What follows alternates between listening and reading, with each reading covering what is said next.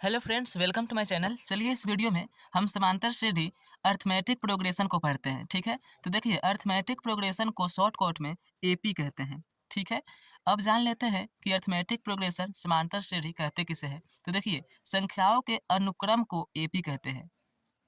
अर्थात जब संख्याएं एक क्रम के अनुसार सजी रहती हैं उसे एपी कहते हैं, समांतर श्रेणी कहते हैं। ठीक है, जैसे 4, 7, 10, 13। देखिए ये जो सभी संख्याएं हैं ये एक क्रम के अनुसार बढ़ रही है। ठीक है, 4 में 3 जोड़ा गया है तो 7 आया है, फिर 7 में 3 जोड़ा गया है तो 10 आया है, फिर 10 में 3 जोड़ा गया है तो 13 आया है। ठीक है, तो ये जो है एक समांतर श्रेणी के अंतर्गत आएगा। ठीक है, अब जान लेते हैं कि समांतर श्रेणी के जो पद होते हैं उन्हें कैसे व्यक्त करते हैं। तो देखिए जैसे ये 4 है तो इसको हम T1 कह सकते हैं या A1 कह सकते हैं। ये दूसरे पद को T2 कह सकते हैं या A2 कह सकते हैं। ठीक है, ये जो तीसरा पद है इसको T3 या A3 कह सकते हैं। ठीक है, तो इसी तरह समांतर श्रेणी के जितने भी पद होंगे हम उसे A1 A2 A3 और T1 T2 T3 से व्यक्त करते हैं। ठीक है, चलिए अब जान लेते हैं कि कॉमन डिफरेंस सार्व अंतर क्या होता है। ठीक है, सार्व अंतर। तो देखिए एपी के क्वेश्चंस को हल करने के लिए हमें पता होना यह ज़रूरी है कि सार्व अंतर कॉमन डिफरेंस क्या है। तो चलिए मैं यहीं पर आपको समझा देता हूँ। जैसे मान लीजिए एक एपी है 4, 7, 10 और 13। तो इसका सार्व अंतर क्या होगा। देखिए सार्व अंतर का मतलब होता है कि एपी के दो पदों के बीच का अंतर। ठीक है, क्या होता है देखिए सार्व अंतर एपी के दो पदों के बीच का अंतर। जैसे मान लीजिए ये 4 और 7 है ना, तो इनके बीच का अंतर क्या होगा। देखिए तो 7 माइनस 4 कितना होगा 3। ठीक है, फिर देखिए ये दूसरा पद है और तीसरा पद, इन दोनों के बीच का अंतर क्या होगा 10 माइनस 7 बराबर 3। ठीक है, तो समझ में आया कि सार्व अंतर क्या है कि जो एपी रहता है उन दो पदों के बीच का जो अंतर होता है वही सार्व अंतर कहलाता है। ठीक है, जैसे 7 और 4 का जो अंतर है 3 है, उसी तरह 10 और 7 का अंतर कितना है 3 है। उसी तरह 13 और 10 का भी अंतर 3 ही होगा। ठीक है, तो चलिए अब हम कुछ एपी के प्रश्न देखते हैं। जैसे देखिए यदि एपी के प्रथम पद और सार्व अंतर दिया हो तब हमें A2, A3 और A4 को ज्ञात करना है, यानी कि उनके अगले पद को ज्ञात करना है।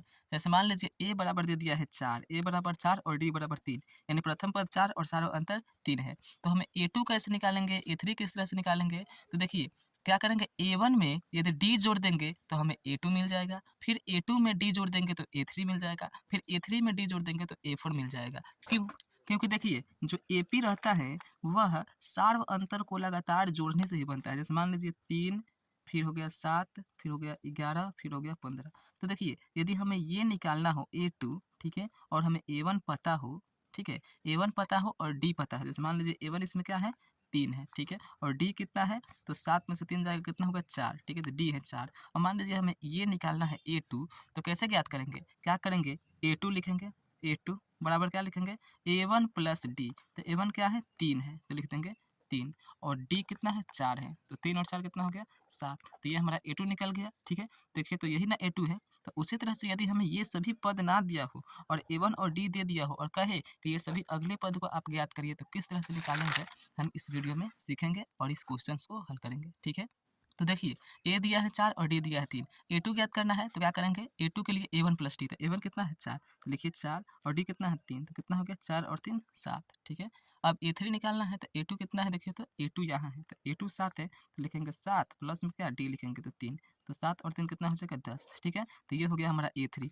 अब A4 निकालना है तो लिखेंगे 10 प्लस में डी, 10 प्लस 3 कितना हो गया 13। ठीक है, उसी तरह से A5 निकलेगा तो A5 आप कमेंट बॉक्स में कमेंट करिए कि A5 क्या होगा। ठीक है, अब देखिए A कितना है 4, D कितना है 3, तो अब इसको चेक कर सकते हैं कि ये जो संख्या निकला है ये सही है कि नहीं। तो देखिए तो इसका D निकालिए तो देखिए 10 में से 7 से कितना होगा 10 माइनस 7 3, यानी कि सार्व अंतर 3 आया ना। तो देखिए यानी कि ये जो हमारा AP का पद निकाले हैं ये सही है।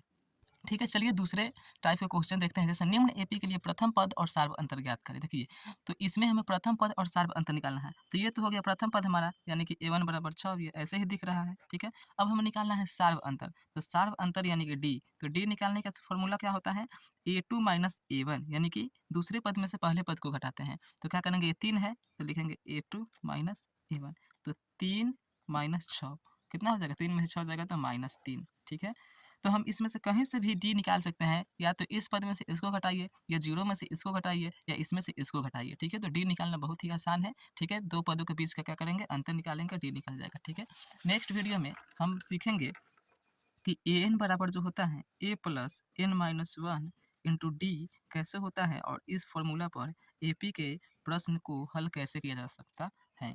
ठीक है, तो इस वीडियो में बस इतना ही। नेक्स्ट वीडियो में हम ये फॉर्मूला को पढ़ेंगे। ठीक है, और यदि वीडियो अच्छा लगा तो चैनल को सब्सक्राइब ज़रूर कीजिएगा।